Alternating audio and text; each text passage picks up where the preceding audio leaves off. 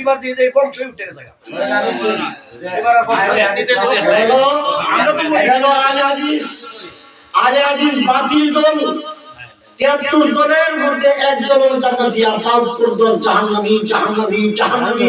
আমি বলি নাই, আমার বাবা বলে নাই, পৃথিবীর কোনো আলেম বলে নাই, নবীজি বলেছেন। ঠিক কি না বলেন? ঠিক।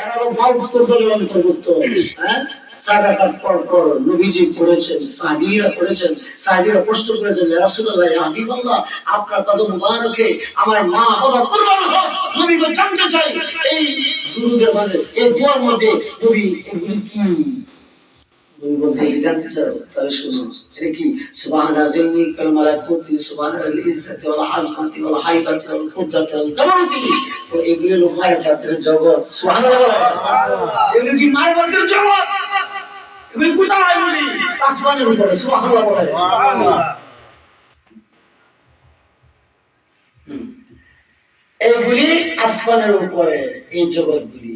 এরপর যাইতে যাইতে যাইতে যাইতে যাইতে যাইতে যাইতে আরেকটা জগৎ আছে হলো আলমে মালাকা, ফেরেশতার জগৎ। এখান থেকে যাইতে যাইতে যাইতে যাইতে আরেকটা জগৎ আছে, ওই জগৎটার নাম হলো আলমে জিব্রাইল। জিব্রাইল থাকে। এরপর আলমে ইসরাফিল, আলমে মিকাইল, এরকম ভাবে জগৎ ৭০,০০০ জগৎ আছে। সুবহানাল্লাহ সুবহানাল্লাহ। ৭০,০০০ জগৎ গুলো ছোট ছোট। আরে না না না, আসমান দেখে না কি ব্যাখ্যা দিলে অনেক সময় লাগবে। এক একটা জগৎ থেকে আরেকটা জগতে যাইতে হইলে মিয়া এই জমিন থেকে আসমানে যাইতে হলে ৫০০ বছর লাগে না বিদ্যুতের বেড়ে গেলে। আর ওই ৭০,০০০ পর্দা গুলি এক একটা হিজাব পার হইতে হইলে ৫০০ বছর ১,০০০ বছর লাগবে বিদ্যুতের বেড়ে গেলে। সুবহানাল্লাহ সুবহানাল্লাহ। তাহলে এর উপরে আরশ আজিম, তাহলে কত হাজার মাইল আপনি হিসাব করেন। আল্লাহ কি নবী কি বলে, আমি যখন চিন্তা শুয়ে থাকি, যখন আমি আকাশের দিকে আমি তাকাই, আমি যখন উপরের দিকে তাকাই, আমার ঘরের চাঁদ ভেদ করে, প্রথম আকাশের চাঁদ ভেদ করে, দ্বিতীয় তৃতীয় চতুর্থ পঞ্চম ষষ্ঠ সপ্তম সমস্ত জগতের সবকিছু ভেদ করে আমার নজর চলে যায় আরশ আজিমে। সুবহানাল্লাহ। নারে তাকবীর, আল্লাহু আকবার, নারে রিসালাত, ইয়া রাসূলুল্লাহ, আহলে সুন্নাত ওয়াল জামাত জিন্দাবাদ জিন্দাবাদ, দারুল রহমত সিদ্দিকিয়া দরবার শরীফ জিন্দাবাদ জিন্দাবাদ, হরিয়াল মুস্তাফি খানকা শরীফ জিন্দাবাদ জিন্দাবাদ, শফিকুল ইসলাম সিদ্দিকী সাহেব জিন্দাবাদ জিন্দাবাদ। তাহলে আমরা একটু জায়গা করে দেন, এক মিনিট চলে যেতেছি।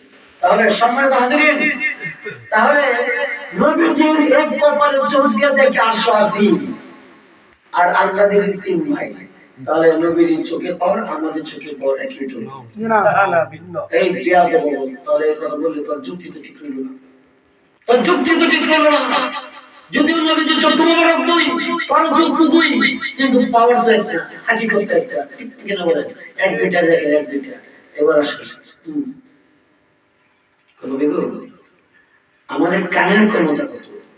কয়েকটা যুবতী, কয়েকটা যুবক যদি রাতে নিশাতে মানুষ যখন ঘুমের মধ্যে নিস্তব্ধ হয়ে যায়, ঘুমের ফুলে সকলে ঢুলে পড়ে, তখন রাতটা ধাঁধা করে নিঝুম হয়ে যায়। সেই রাত্রিতে, গভীর রাত্রে একটা যুবক কথা বলতো, একটা যুবতী উঁচু স্থানে উঠে যদি দাঁড়ায়, তাহলে একটা আওয়াজ যদি শুনে, এই আওয়াজ কমপক্ষে ৫ থেকে ৬ মাইল দূর থেকে আওয়াজটা তার কর্মের পুকুরে ঢুকে যাবে। অর্থাৎ ৬ মাইল দূর থেকে আওয়াজটা শুনছে একটা যুবক, একটা যুবতী কানের ক্ষমতা আমাদের ক্ষমতা। তাহলে নবীজির ক্ষমতা কি ১০ মাইল হবে? এই বেয়াদবিটা কইছি যে নবীর কান দুইটা, আমাদের কান দুইটা। নবীর কান আমাদের কান একই, নবী আমাদের মতো। এবার আসেন এই দুইটা উদাহরণ দিই, কেটে বুঝবেন আপনারা। সঙ্গে সম্ভব হয়ে যাবে। চোখের কথা বলছি তো, কানের কথা বলবো।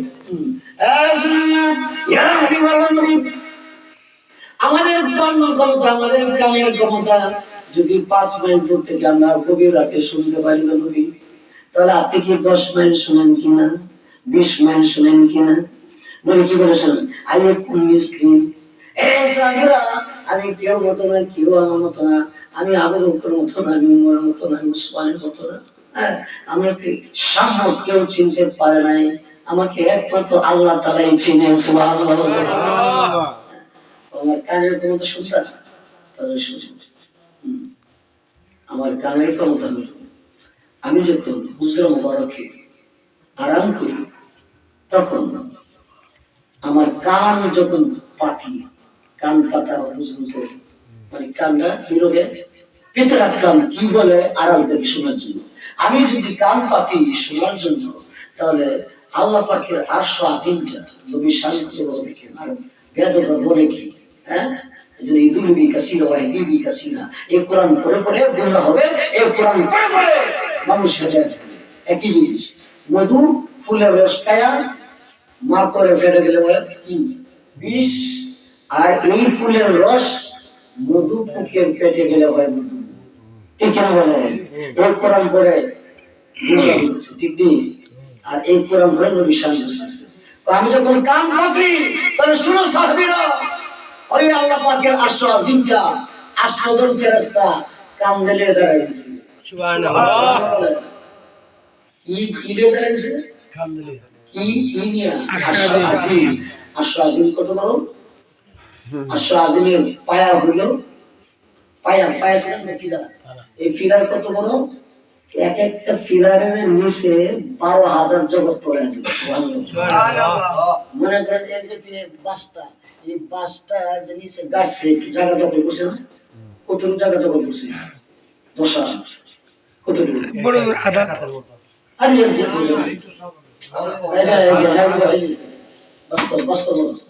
এই গ্লাসটা রাখলাম এই গ্লাসটা যে এই জায়গা দখল করছে না কতটুকু দখল করছে আল্লাহ পাকের আরশের পায়া পায়রা এটা বললে আজকে আর সময় বলে না একটা পায়ের কথা বলি আরশ আজিমের পায়া আছে কুটি আছে স্তম্ভ আছে পিলার আছে এইগুলি 8 জন ফেরেশতা কাঁধে দাঁড়িয়ে রয়েছে এই পায়া যে এই পায়ার নিচে যে জায়গাটা আছে এই জায়গাটা তাফসীর ইবনে আব্বাসে আছে 12,000 জগৎ এই পায়ার নিচে পড়ে সুবহানাল্লাহ। তাহলে আরশ আজিম কত বড় আর এই ফেরেশতা কত বড় সুবহানাল্লাহ বলে সুবহানাল্লাহ এই ফেরেশতারা দাঁড়িয়েছে বড় নবী বলতেছে সাহাবীরা শোনো ফেরেশতারা দাঁড়ায় কি করে জানো একটা তাসবিহ পড়ে কি পড়ে তাসবিহ পড়ে কি তাসবিহ হাসবি রাব্বি জাল্লাল্লাহ মা ফি কলবি গায়রুল্লাহ নূর মুহাম্মদ সাল্লাল্লাহ লা ইলাহা ইল্লাল্লাহ বলুন হাসবি রাব্বি জাল্লাল্লাহ মা ফি কলবি গায়রুল্লাহ মাটি মুহাম্মদ আবু মুহাম্মদ নূর মুহাম্মদ মাটি বরস করবে না আল্লাহ বলছেন নবী তুই মাটি বরস করেছিস তোর অধিকারটা কে দিয়েছে দুই প্রকার নবী আল্লাহ বলেছেন নবী নূর নবী নিজে বলেছেন নবী নূর সাহাবীরা বলেছেন নবী নূর তাবিঈনরা বলেছেন নবী নূর সকলে বলেছেন নবী নূর 360 জন আগে কেরাম বড় শাহজালাল বড় শাহ কোরআন থেকে নিয়ে সকল বলে আল্লাহ বলেছেন নবী নূর তুই বেটা কয় প্রকার নবী নবী মাটি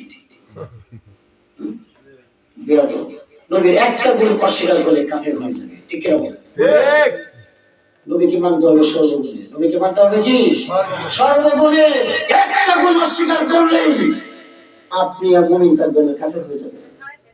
যেমন উদাহরণ নেই একটা উদাহরণ দিলে দয়া করবেন শুনুন আপনার